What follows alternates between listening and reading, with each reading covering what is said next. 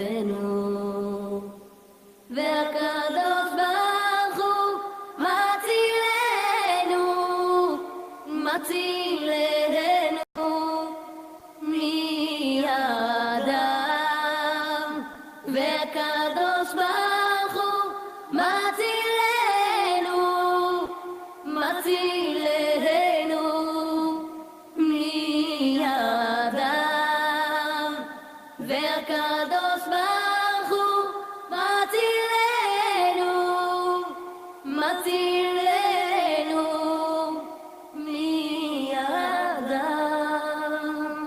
והקדוש ברוך הוא מצילנו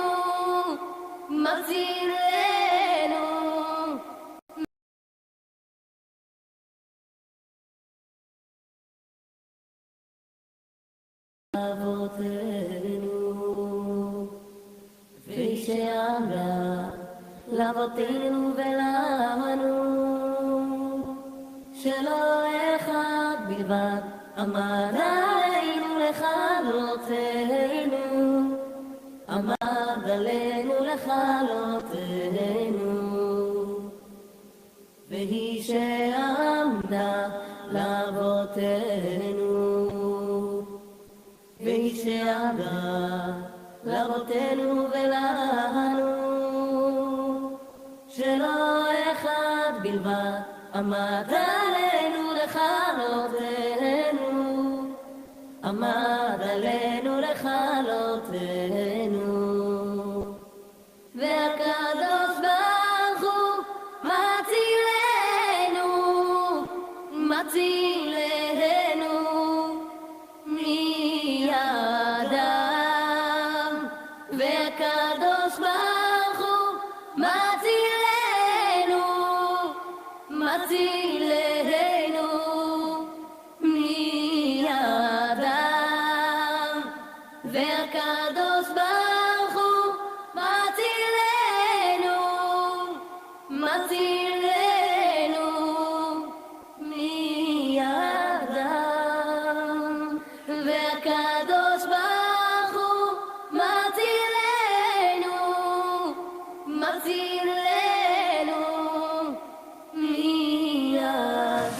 Anywhere, anytime, for everyone. This is JRootRadio.com. Need a filling?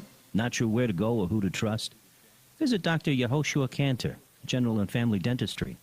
Reasonably priced, accepts most major insurance, Hebrew speaking, open Sundays, warm and caring staff, child-friendly and Hamish environment.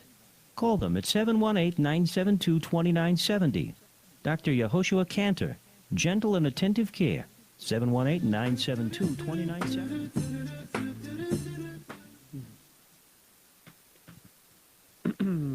Live from Jroot Radio from New York. This is Smokey here. My she's gonna be a little late. Anyways, you know our motto: no talent rejected, and no child refused to participate. Call 718-683-5858. Text 347-927-8398, and to listen to the wonderful show. 712-432-4217 on the Jroot Radio app. And last week's question, who was Naomi's husband? Who was Naomi's husband? And the answer was Elimelech. And thank you to all those that texted. And my she's here. Hold on to the show. Okay, Maishi Cash came on the show. Oh, wow. Okay. Schmokey, what did you do? I introduced you. You introduced me. Oh, all right. Here live from New York. This is the Jroot Radio Kishroni Hour. I'm Maishi Grofel here with myself right now. And we are having a guest coming in just about a few minutes. He's running a little bit on the late side. And Schmokey, did you do the answer question? I did whatever you told me to do. Okay, so I am going to I guess, have the connection over here. And I am going to repeat it. Well, don't repeat it. I said it. Well, I'm going to repeat it because it wasn't clear enough, evidently. And so, yeah. Okay. This week's question. Yeah. So, in the next pasuk, this parshat question, this Shavuos question, what are the different names of Shavuos?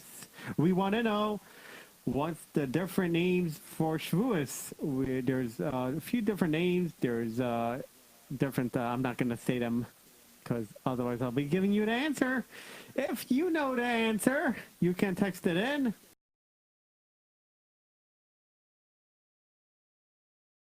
Seven 927-3279, which is my show number. Anyways, this week, Rabbanim and Eretz Yisrael request of you, their children, whoever's listening, we request of you to say Kapitel Tehillim in regards to what's happening in Eretz Yisrael, and B'ezras Hashem, it should all go well. And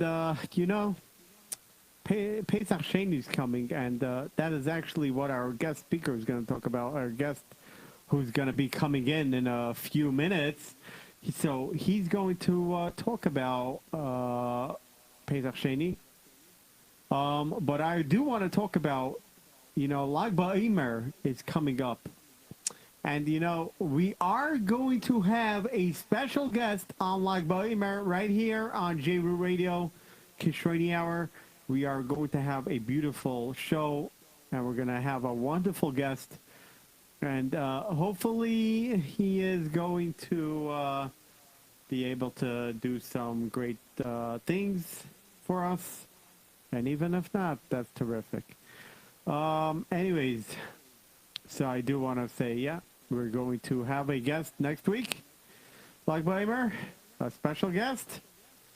I also want to announce that sponsorship is available, and I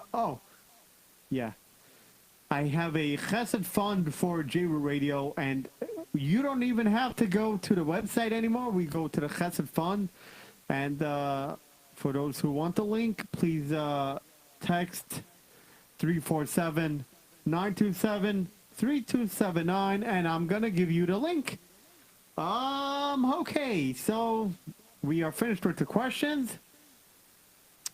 I want to remind everybody to please daven for Alexander, Zisha, Ben Eliza. And so anyways, our storyteller, our friend came in, and we're glad he's in here. And we're going to just introduce him right after I say my little story about Rav Shimon ben Gamliel. Kindlech, Rav Shimon ben Gamliel. Who was Rav Shimon ben Gamliel? I'm Rav Shimon ben Gamliel. Rav Shimon ben Gamliel. That's what I just said, Schmelks.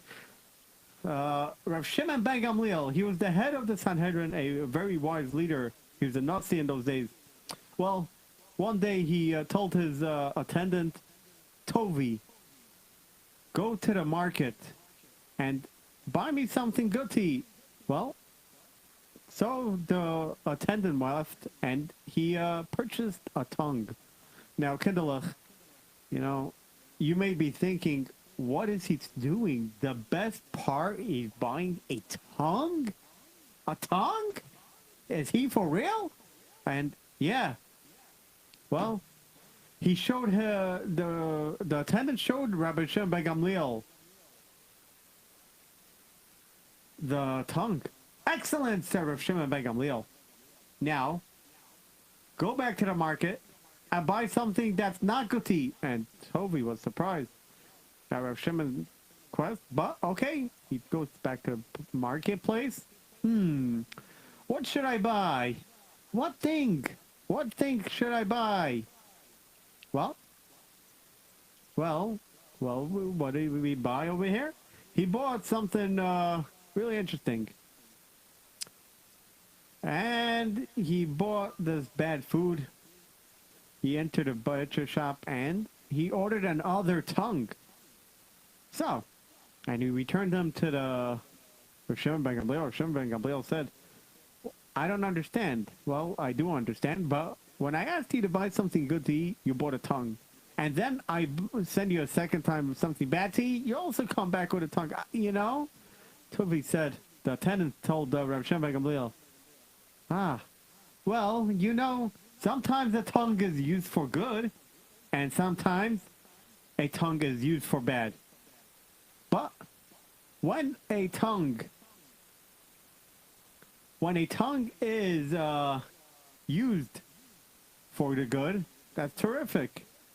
However, when they're not speaking nicely about people, when you're not talking nicely about other people, Oh, no, that's not good. that's right, that isn't good. And they bring about some bad things. And Rav Shimon ben Gamliel smiled, Rav Shimon ben Gamliel smiled, and he understood it with his attendant. And without further ado, I'm going to welcome my assistant. And he's not really my assistant, but he's really just a storyteller. Yeah, and well, before we introduce to you, number one, what is your name? My name is Rabbi Phillips. Rabbi Phillips. So, you know, boys and girls who are listening, Rabbi Phillips is here. He's going to talk to us about a little about Pesach Sheni, and you know, there's something interesting. He tells stories. Now, what's interesting to note is I spoke to some storytellers too, and I'm a storyteller myself, believe it or not, as you hear every week on this show. And this person, he's a storyteller, and this question is just for him because I already know how I started, and you guys probably also know how I started. So this question is for him. How did you start? How did you start becoming a storyteller, and what's the idea to how to get the kids interested in them? I started telling stories when I started teaching. So I really think to teach, I'm very happy that I have the big merit, the big schus to teach Torah to children. And a very essential part of teaching is stories. If you look in the Torah, So you teach. I teach the children, That's and also a amazing. lot of stories. So it's a very essential part. Before you tell someone, you know, what you have to do, you have to show them an example. If you look in the Torah, before we have Okay. all the mitzvahs, telling what you have to do, Wow. you have this, you know, the avos. We see examples of tzaddikim. So just in general, I feel it's a very important thing, and it makes a very deep impression on the person to hear a real example, and we could, you know how to copy them, how to copy deeds of tzaddikim. That's amazing. So how you started is just like you just taught, and you decided one day, okay, I'm going to tell a story, and if you don't like it, too bad. I don't know if you don't like it too bad, but it seems like I noticed when I would say a story, They happen to like it. they happen to like it a lot. Even someone who like was a little hard to pay attention the whole time of a different part of learning, when it came to a story, I realized, I noticed that everyone's in trance, you know, listening to every word. Right. Another question. Yeah. So you started by teaching. So how do you get them interested? How do I get them interested in a story? Like, what's the quality to get kids interested in a story? Well, Wait, Moshe, you do a good job telling stories. Hey, Shmulky, please don't interrupt me. I'm in the middle of interviewing somebody. Sorry, that's my sidekick. I don't really use tricks too much. I don't like use sound effects. The only advice I would tell someone is just to make sure the story is very clear. You know exactly what the story is. And usually if you're telling, you know, the proof is by the children. The children, I think, are the most pure and of anything. If you tell a real pure story, something that's a real good lesson from it, so the children pick up on what's truth and they just like it.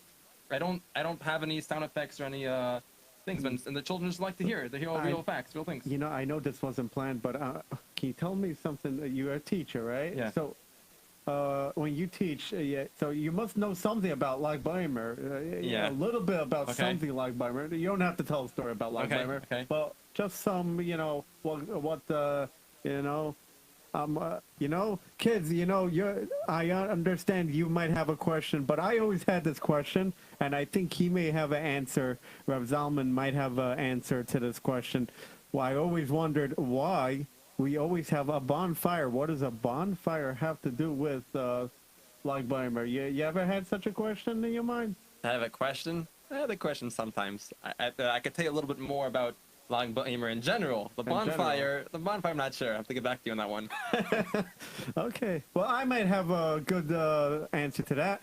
My answer is as follows: that Rav Shimon Bar Yochai was compared. If you compare him to a fire, he was mamish like a fire. He ignited the world with his Torah, and that, I believe, is one of the answers, I think. Anyways, so tell us something about Lag Baimer.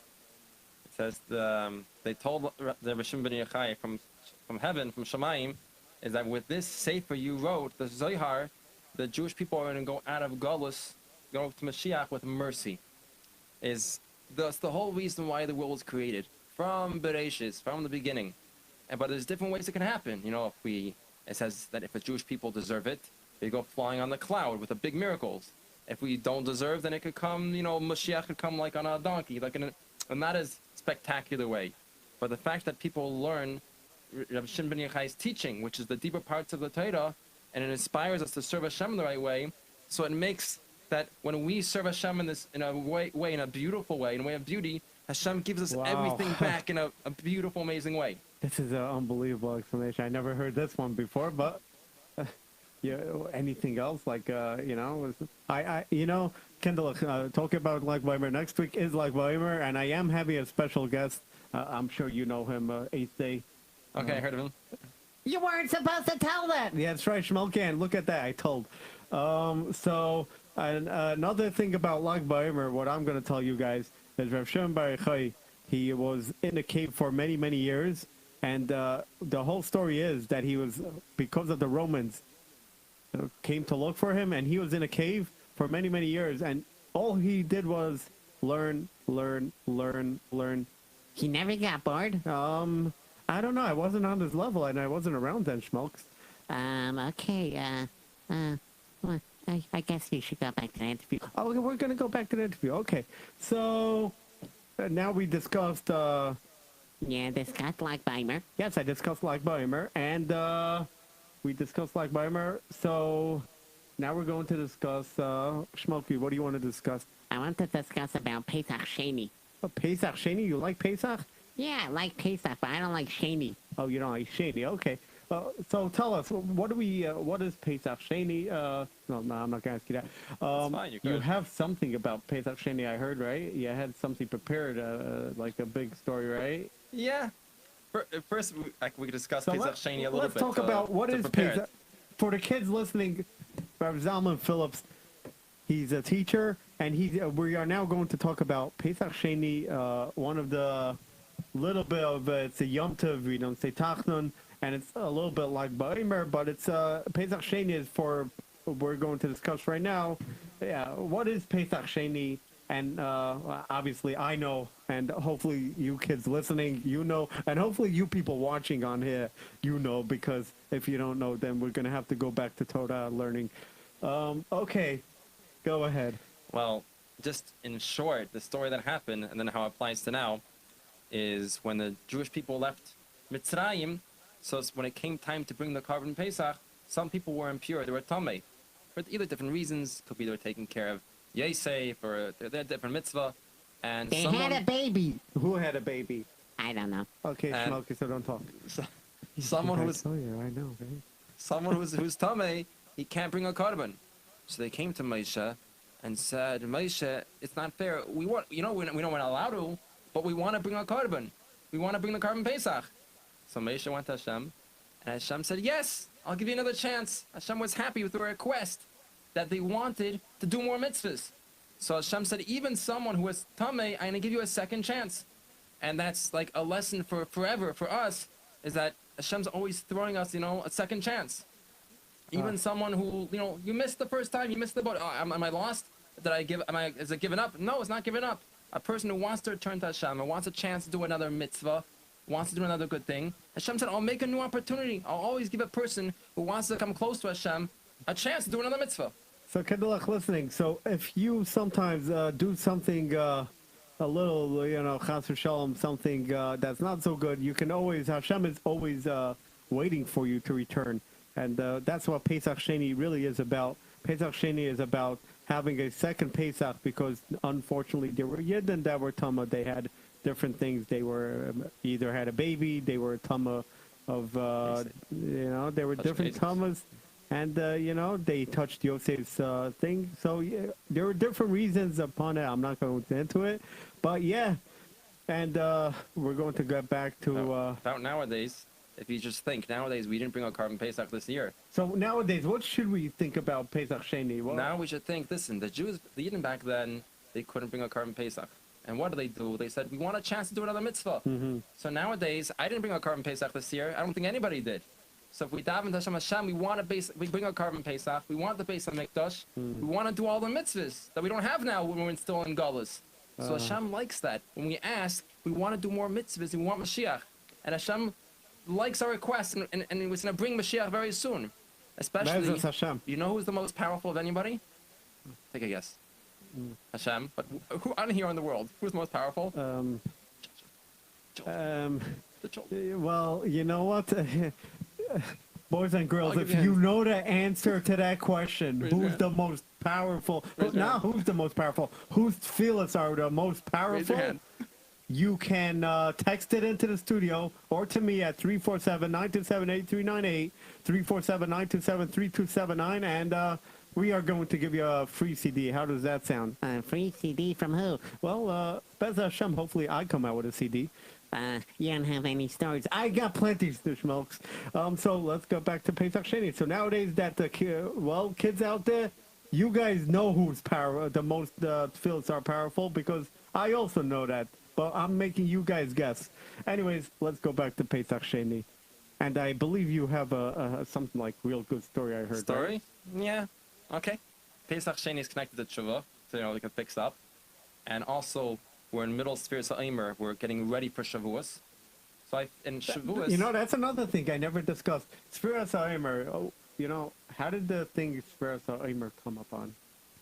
There's one of the explanations is when we left Mitzrayim, we heard that in 50 days we're getting the Torah. And the Jewish people were so excited. We're getting the Torah from Hashem. But they couldn't hold themselves back. And they were counting the days. Every day, when's it coming? They're counting. 50 days, 49 days, 48, 47.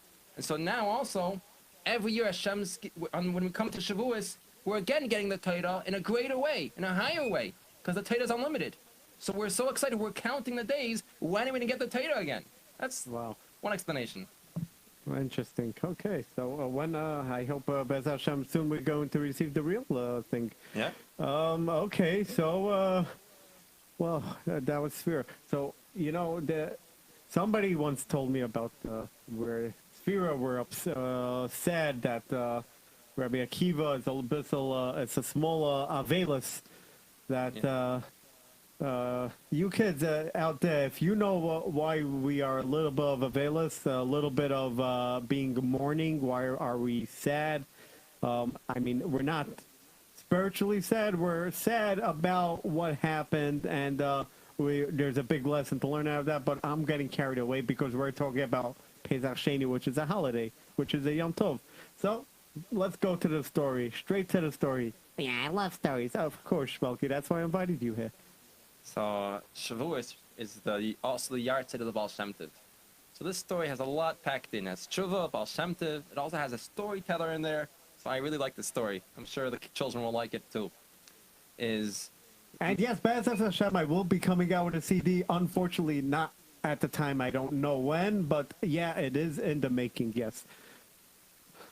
Is right before the Baal Shem Tov, he passed away. So he gathered his students nearby. And he told them each what their mission is after he passes away. So one of them, he was his helper, the big schus, a merit to be a helper for the tzaddik. His name was Rabbi Yaakov. And he told them, your job is to go from town to town, different cities, and say over stories. I know that one. Shmelky, please, don't interrupt the storyteller. Goodness. And say over stories of the Baal Shem Tov, of what you saw and heard by him. And that'll be a very great thing because Jewish people will be inspired by hearing a story of a tzaddik and hearing how to serve Hashem better. Okay? So after the Baal Shem Tov passed away, Rabbi Yaakov took a suitcase, his towels and tefillin, some clothes, some food, and he left. So wherever he came, people were very happy to see him. And it inspired people. He told them also Divrei Torah, and they called him, wow, this is the very big, like a Magid, they called him. So he was doing this for a few years. Now, back then, to go say stories places was a lot harder than now. Now we could sit here together, and across the world they can hear us at the same time. We don't need to go that far. You know what? You think it's not hard? Huh? It's hard. I also know it's hard. I also put a lot of work. I put a lot of work in the stories. But I don't think it's as hard as the person in this story.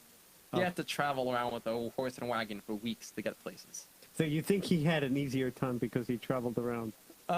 Maybe. I don't know. I wasn't there. To keep it simple, I'll say he had a harder time. He had to travel around. Traveling is hard. And it's kind of tough. So he would travel for weeks and months on end, and then he would come home. So he did this for a few years, and for Parnasa, for his money, is when he would go say stories to people, people would appreciate it, people would give him some money, he would bring it back home for his wife and kids. Now, one time when he came home, his wife was begging him, maybe you can change your job, not be a storyteller anymore. We kind of miss you, we want to have you home.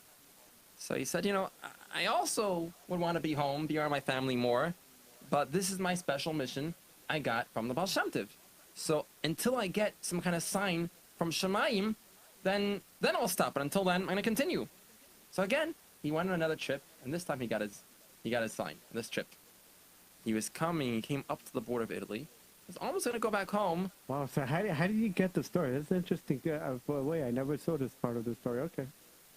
It's from a book called The Storyteller. The Storyteller, probably Hanaftella. So he was almost by Italy, and he heard that in Rome, there's a rich person who he loves to hear stories of the Baal Shem Tov. And anybody who comes to him and says a story of Baal Shem Tov, he gives them a lot of money. So he said, good, it's very good. I'll go somewhere, and the guy's a rich person. I'll have a place to stay, and I'll get paid for it. He came there, and when he came into Shul, he started telling people who he is. The guy in charge of the Shul, the rich, like the person in charge of a lot of things and money. Yeah. So he heard who he was. He gave him a big hug and said, you'll stay in my house for the next few days. Please stay by me. He gave him a nice room. He gave him his own personal servant. And in the meantime, everyone heard that a helper of the Baal Shem Tov. This person had a lot of stories, yeah. Yeah, came into town. And what they used to do, whenever this rich person had an important guest, he would invite the whole town to come to him for Shabbos. Okay? So Rabbi Yaakov's thinking, perfect, a big crowd. I know a lot of stories. He prepared a lot of stories to say. Came Friday night, and this rich person's huge house was packed with people. A lot of people came for the meal. And even people who didn't eat the meal there, once they finished eating at home with their, with their family, wife and children, they said, okay, now let's go, everyone who could. We're going to hear the best stories ever. They didn't have storytellers. They all came, and the rich person in the house got up and was telling everyone, listen, we have a very special person, special guest. He's going to share with us some stories of the Baal Shem Tov. And now, dear Rabbi Yaakov, please say a story.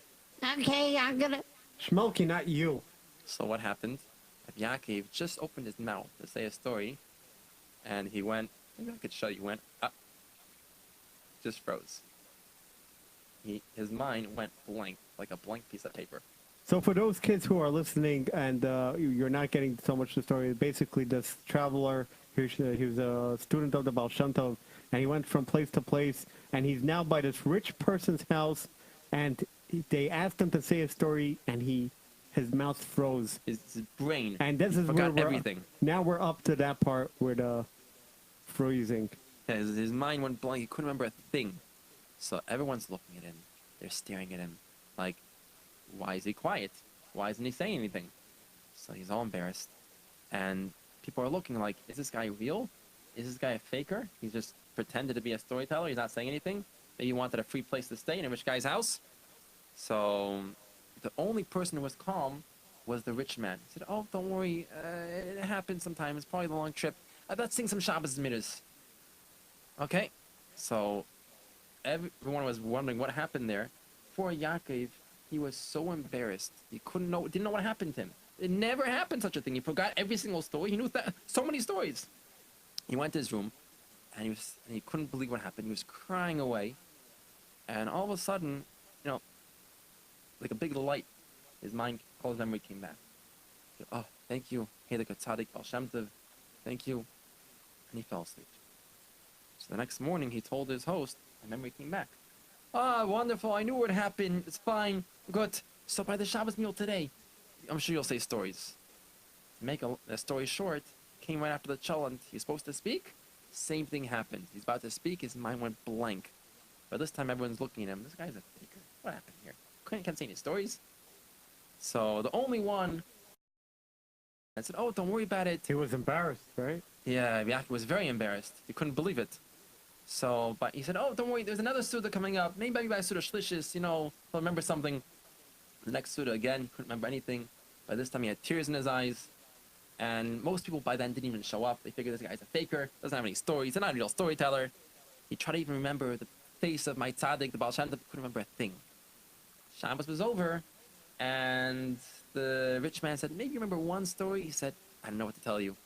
I'm just very embarrassed, never happened to me. Must be I'm doing something wrong. Maybe I did an Aveda, I don't know what. But it seems like my mission is over, saying stories. I wish I would get a good sign. Unfortunately, it's like this, but I guess I'll go home, and that's it. Rich man said, no, please wait a little more. Another few days. You could stay here. If you don't remember Now, for those kids who are wondering why the rich man is so consistent about the person staying, about the student staying, we'll find out at the end of the story what happened. So it came Sunday, didn't remember anything. Monday, Tuesday morning, he said, I don't remember a thing. I'm going back home, and I'm not being a storyteller anymore. Finished. I'm quitting. Okay. So the rich man gave him a nice bag of money. He said, okay, fine, you can go. He just got in the carriage, and he said, wait, I remember one story. Rich man so excited. Please tell it to me. So he said, 10 years ago, the Baal Shem Tov on Shabbos looked a little worried, uncomfortable. And after Shabbos was over, after Havdalah, he told me and some students, come on the wagon. Now the Baal Shem Tov's wagon, if you ever know how it traveled, in a very special way. How did he travel? He would tell the wagon driver, let the horses go, let them go wherever they want. So the horses went by themselves. The horses knew where to go by themselves. And the wagon driver... Kids, nowadays, if you can make that horses go by themselves, that's going to be some special treat. It was a special trick. So they came and went through the night, and they came the next morning to some town they didn't recognize, and they came knocking on the door, and the window shade opened a little bit.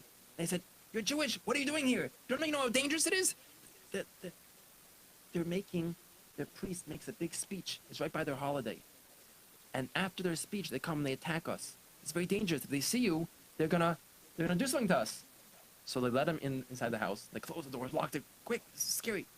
Baal Shem Tov told Yaakov, who was the storyteller, go by the big stage where everyone's gonna come and listen to the priest speaking, and tell him Baal Shem Tov, Zog me told in Yiddish, Baal Shem Tov is da, and revealed that mit dir. And for those who don't know Yiddish, the Baal Shem Tov told the tenant, the student, if you go up there, go up there and come down, tell that priest to come right here now.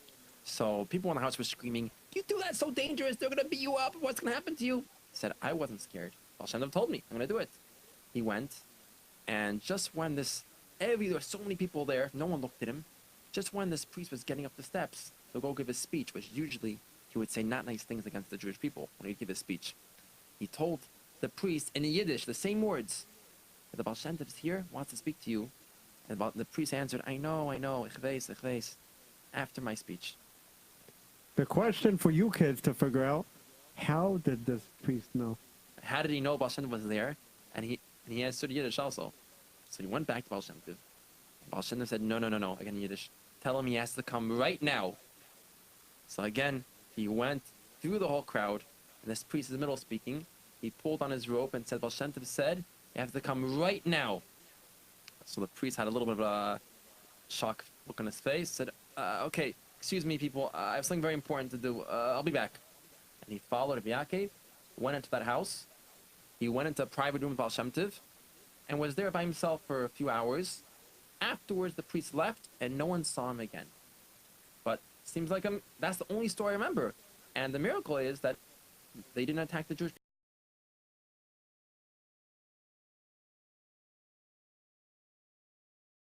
Listening. He jumps up and he wants to start dancing. And Malak was looking at him like, dancing? What happened here? Why are we dancing all of a sudden? This guy has gone nuts.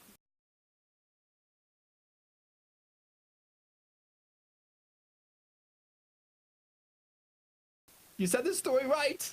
I know. I said, you know? What are you talking about? I said, yeah, I was that priest. What? You were a priest? Yeah, that was me. I said, what are you talking about? I said, listen, let me tell you. Let me tell you the other part of the story that you don't know. It says, when you came here now, I recognized your face. I knew who you were. I didn't tell you. I was that priest. I actually grew up as a child. I grew a Jewish boy. I learned in yeshiva. But when I got, a little older, somehow the Yetzer Hara got me to do one thing wrong and another thing wrong. And I was smart. I figured, maybe if I want to show off how smart I am to other people, and I went the wrong places, and more and more I got him until Chas v'Shalom got him so bad. It said, if you want to be really super famous, they don't let you do it if you're Jewish. So I'll act like a guy, and they made me, said, you're so smart, we'll make you a big person with a lot of honor, we'll pay you a lot. I said, okay, fine, for the money, for the honor. And he was saying, he fell for it. He fell for it, he did a really bad thing. So I was rich, everyone listened to me, give me so much honor, but it seems like, my parents, my grandparents, my holy ancestors had, Rahmanas on me, they had mercy on me, and I started feeling uneasy, like, I know I have everything you could possibly imagine, but is this really what I should be doing? Doing not nice things, and getting people to not like Jewish people.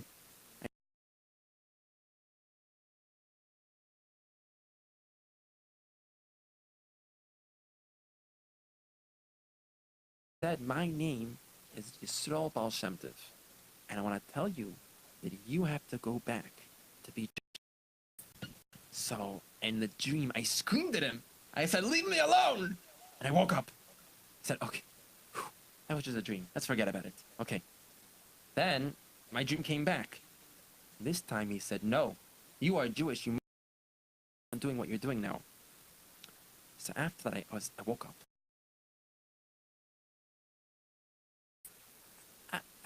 I know, I learned Torah. I know that Hashem always lets people do Torah, but it's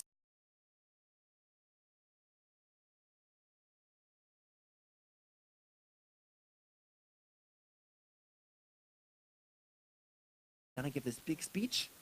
He came to me in a dream and said, I'm coming tomorrow to town to meet.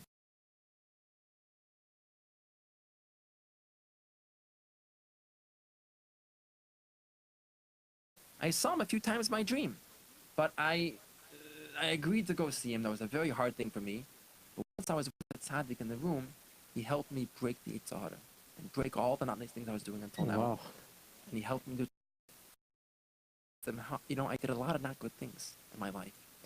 How am I going to know when my tshuva, when Hashem takes me back and my tshuva is accepted? Wow. So Hashem told me, when someone's going to come and tell you this story about you, that means your tshuva was accepted. So I was waiting for 10 years to hear the story. And when I saw you, I said, it must be time that Hashem's accepting my tshuva, that all my avedas are gone. When you forgot your stories, you think it was because of you? It was because of me. I didn't do enough tshuva yet.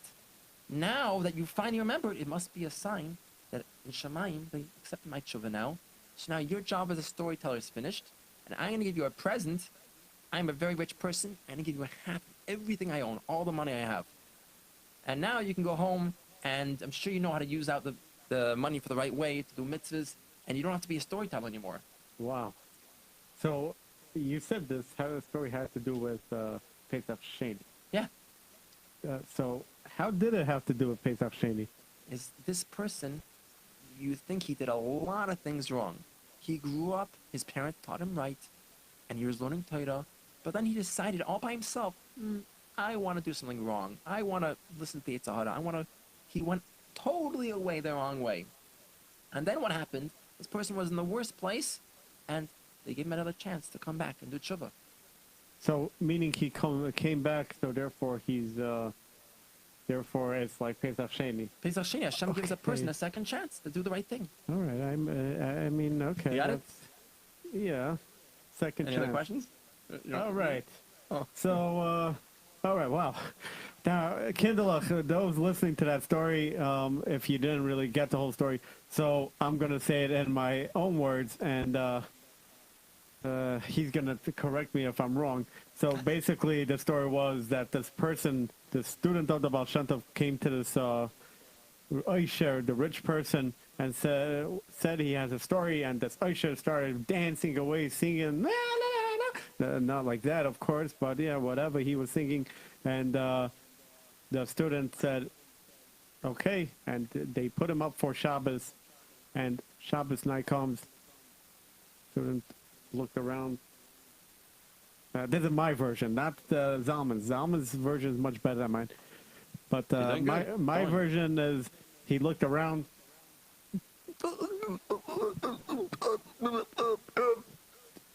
What's the matter? You got a frog in your throat, my sheep? Hey, Shmulky, that's not nice. Shmulky loves to interrupt me. Yeah. I love to interrupt Moshe, but I'm going to say it in my version because Moshe needs to take a break. So basically the story was he looked around the table and he couldn't talk, and why couldn't he talk, Shmulky? because he lost his voice. He was hoarse. Oh, stop it, Shmulky. He wasn't a horse. No, so the guy couldn't say the story because it was not time to say the story yet, as we're going to see later on in that story. And he, the next day, Shabbos morning, the Isha said, you know what? Stay again, don't worry. And he stayed, and he's about to say a story, and the story comes to his mind. No. Oh, I forgot the story again. And he forgot the story, so it wasn't, guys, if you were watching me waving, I was waving for Nisem. Shalom Achore, Nisem. Ma shlomcha? הכל בסדר, מה שלומכם? Nisem, you told me to mention something Yes. about Eretz Yisrael. Yes. You want to explain it to the kids? Okay. Right now in Eretz Israel, we have a very big Chilul Shabbat. It's unbelievable. And all the Gdolei of Israel ask from all of us, basically to take upon ourselves to this specific Shabbat, to read Tehillim. If you can finish the Tehillim book, it's excellent. If you read everything, just to show HaKadosh Baruch Hu, Avinu Shebashamayim, that we care about the Shabbat, and we cannot stay silent on this huge Chilul Shabbat and Chilul Hashem that what's happened right now. And we won't stay silent. We're going to do what we Yes. need to do. Okay, that's it. And we have to protest against. Yeah. That's the only thing. There's a really big ma'ala and a request, huge request from all the Gdolim of Israel. To say to Hillel to Yeah. do And- what we can do. Yes, and now we're going to go back to the storyteller. The storyteller actually wanted to mention something about his, but he had a website. I believe that's the other storyteller. Yeah, I forgot to mention before, is that after saying stories in the class, and I saw how much the children enjoyed it, I always figured, I wish I could capture the moment and share it. Yeah? So... Yeah, he's my junior reporter, Moshe Gutman, yeah? Okay, next. I wish I could capture the moment and share it. And that actually became a reality after a little bit of time. First, I started recording, and at first I sent it to a few parents of the students, and I got a very good feedback. And one of the parents especially was pushing me, oh, you gotta make a website, you gotta share it for everyone. He told me the name, Jewish Bedtime Stories. I'm like, okay, Jewish Bedtime Stories, fine, okay. So first we made a website, which I gotta say, computers are not my expertise. I had to have some people help, which they did, we're always improving.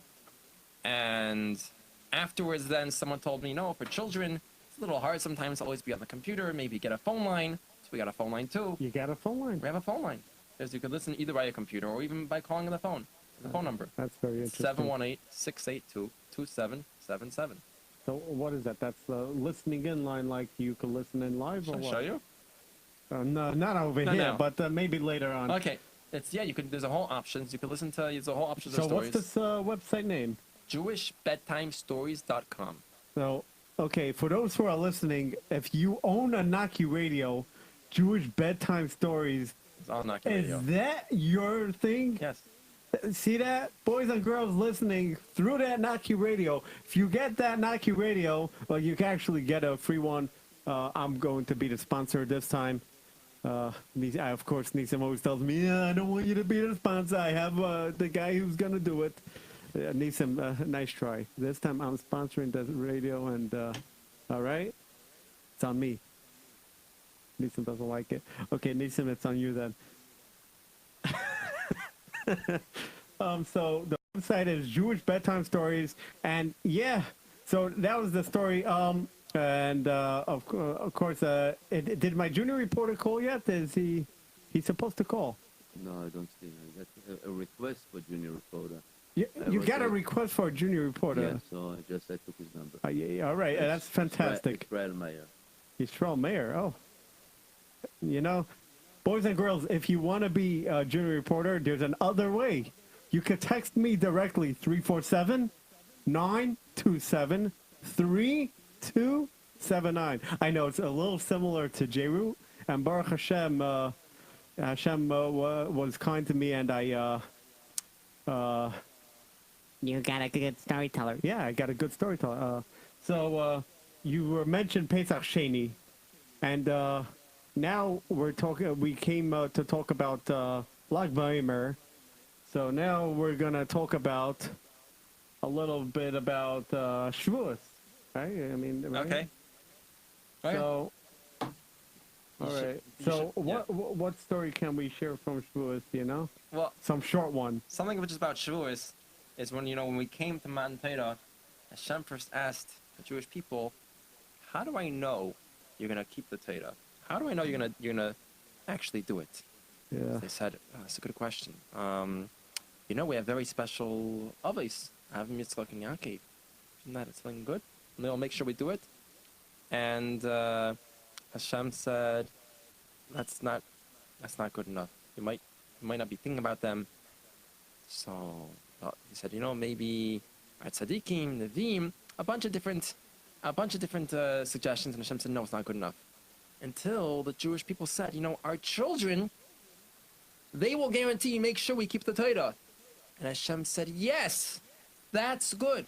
If they're going to make sure you're going to keep the Torah, I'll give you the Torah based on that." So the children the whole reason why the Torah is given to us is because the children always have that special power, again, more than anyone. When the children have the strong emunah and they keep the Torah, it protects everyone. It protects the adults, and this is how we got the Torah from the children. And we're waiting again. We need the children's power. We need the children doing the mitzvahs that'll help the adults do the right thing also. And you kids, this is why we're requesting of you, for all children, boys and girls, young and old, to say some Tehillim this Shabbos, a massive thing with tremendous help for all Klal Yisrael, besides what's happening in Eretz Yisrael, and besides. But I do want to say something that I didn't mention earlier, and it really touched my heart to say this. There was this boy, Rafael Shmuel, who was very young, a young age boy, and he Nebuch passed away. He had a transplant, passed away this week, and I was really inspired by him. It's really. I'm going to say right now that we should only have B'siras Tovos. Anyways, so while we wait for our junior reporter to call, the junior reporter, Moshe Gutman, he should be calling in.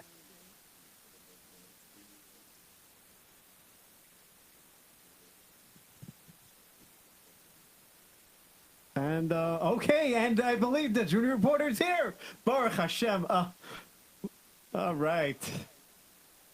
We're all ready for you, Moshe. Yeah, hello Moshe and hello Rabbi Zalman Phillips, hello Neeson. Before I start, I just wanted to ask Rabbi Phillips, what is the number for, I heard it once and I didn't get the full number. What is the number to hear the story? All right, he's going to say it slowly now, okay? It's, if you forget it, if you look on the computer, on the website, it has it there, in case you forget it again. You know, Kindlech, if you don't have a computer, take a pen and paper right now, and we're going to give you 1 second to be able to get that paper. I don't have paper in my house. Shmelku, we're not talking to you. It's only for the boys and girls who do have paper in their house. Okay, so say the number. So I'll say it now. You could write it down. And if someone forgets it, they don't have it, if they can ask their parents you to can look always text me text also. You, or if their parents look, it's on. You could look on the have their parents search for it, and it'll come up.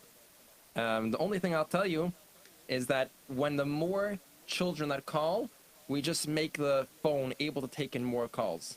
So if a lot of children all call once, some children, if you get a busy signal, it only means too many children are calling at once, and we'll make it bigger, make more calls come in. So my junior reporter, he's my junior reporter. Junior reporter means he has something to say about the parsha. Right now, and I am really excited that he has something to say because we're waiting for him for 2 weeks. But go ahead, say your number. 718-682-2777.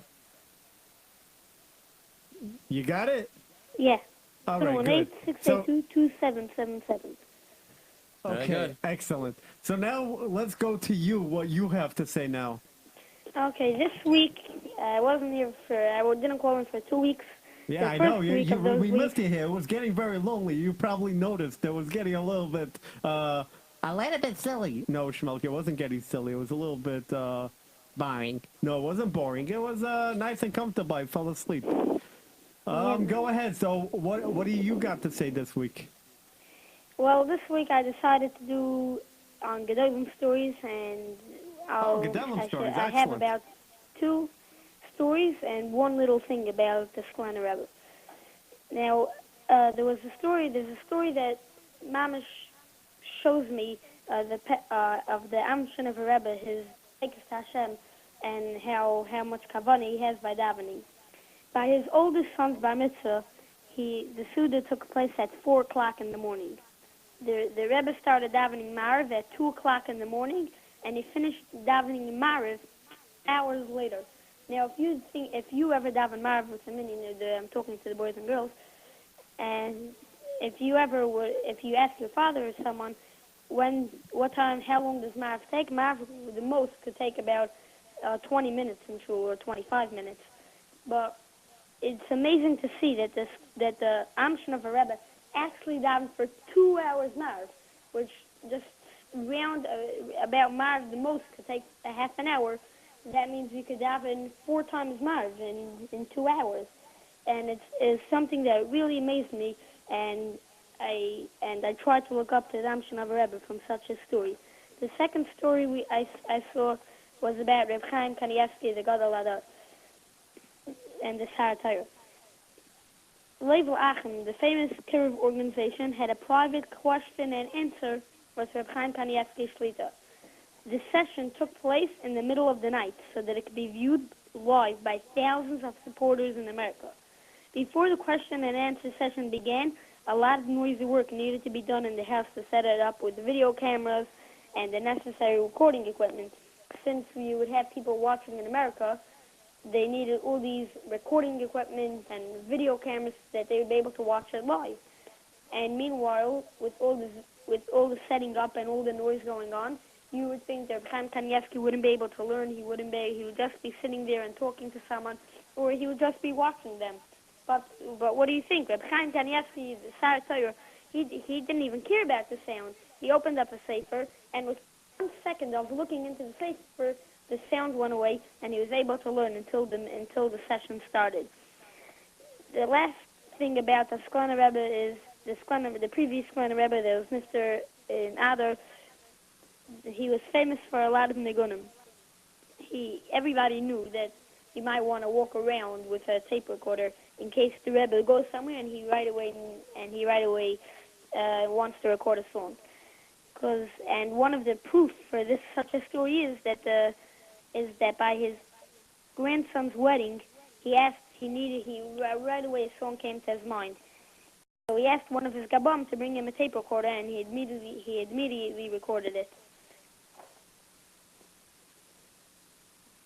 Is that all? Yes, but if you want, I mean, I still, Wow, I still. no, I was like, wow, it's unbelievable story, and you know, that's a, it's amazing story. Now, Rav Phillips, I'm sorry, Moshe, well done, job well done as usual, and Bezos Hashem next week. Boys and girls listening, next week we really have a guest person who's really going to be in, and he's really, it was really hard to get him. I worked almost 3 weeks on it. 3 weeks, that's it? It was really half a year, but I call it 3 weeks because it felt like it. Yeah, and Moshe, have a great Shabbos. And if you have any birthday wishes or any shout-outs, you could say them right now. Well, I would like to just give a shout. I mean, I don't need to give a shout-out to you because, you know, everybody hears you. But, and everybody who was listening to Rabbi Phillips, and Nishan just spoke recently about their show. But I'd like to give a shout-out to my rabbi in Yeshiva Katana Torah V'Daf, Rabbi Chekanow in 5th grade, Yeshiva Torah V'Daf, and my class. Beautiful. All right, okay. All right, then we're looking forward for next week. Okay. Next week might be a question if I will call. All right, that's fine. It's like Weimer next week, but you can join in and listen in because it's going to be an exciting interview with one of the 8th day people. Yeah. Okay, it was nice speaking, nice sharing. I thank whoever was listening for listening to my stories, because it's the stories that I said just now.